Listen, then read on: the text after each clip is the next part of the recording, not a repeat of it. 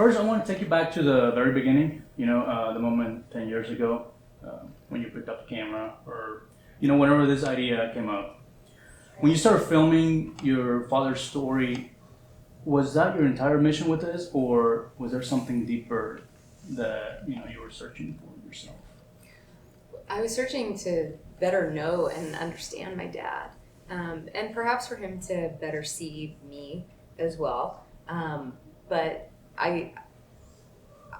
first he'd done this great thing, like as a runner in '79 and '80, and I didn't realize, and really until years in, how incredible and unique that feat is. But I really wanted to know who he is and where he came from, and maybe a bit more of why he is the way he is. You spent 10 years with this project. 10 years of growing, changing, will change. If you could travel back to that first day of shooting, and give your younger self an advice, what would it be? To just not worry, to not hold things so tightly, and with the belief perhaps that things have to be a certain way, but to approach it. Well, it's interesting, like with documentary making, you're kind of collecting the story, like collecting the data, collecting the footage, going out, meeting people, talking to people you already know too, going through archival footage, old photographs, and so you're kind of collecting the story, but to not force that, or to not believe that. Even music, like I've gone through different musical journeys with the film, believing that something has to be a certain way, but allowing myself to have more trust in the process. I think that's hard to do, and I would advise myself that. Yeah. Whenever the film was finally done, what went through your head at that moment? Like, what were you filming? I was diagnosed with a rare kind of cancer 2 years ago, so I thought that the film was done 2 years ago, and then we've added a little bit just in the last 6 to 9 months. So I've had it, like parts of it, done for a long time. And in seeing some of it, it's certainly been really moving for me to be that close to my dad and his family, to see that on screen. And then at other parts, I'm like, oh my gosh, I want to change that. That should be, just little things that you think you could do better, or know you could do better. It's okay.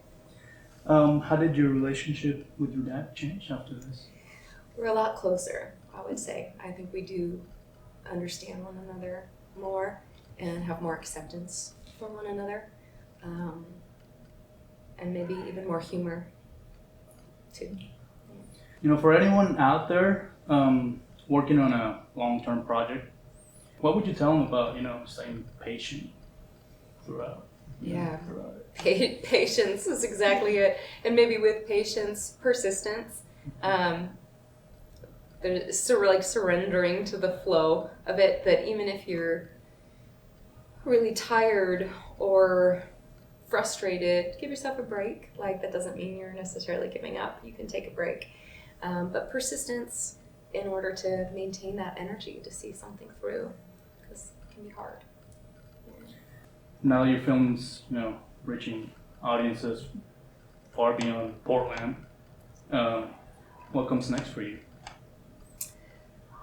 I'm a musician as well, and I am on the cusp of releasing my debut album. I've released 3 singles from the album, and this tour and the release of the film requires a lot of my focus and energy, and so in time I'll be shifting my focus to releasing my album, and I hope to play music live a lot more as well.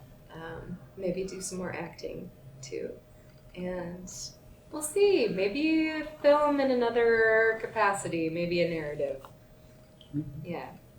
If this film could leave one thought, or one lasting idea in people's heads, what would that be?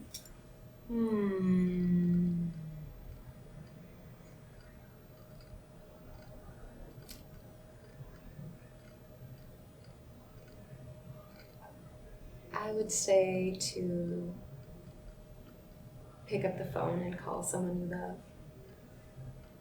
And don't be afraid to leave a voicemail.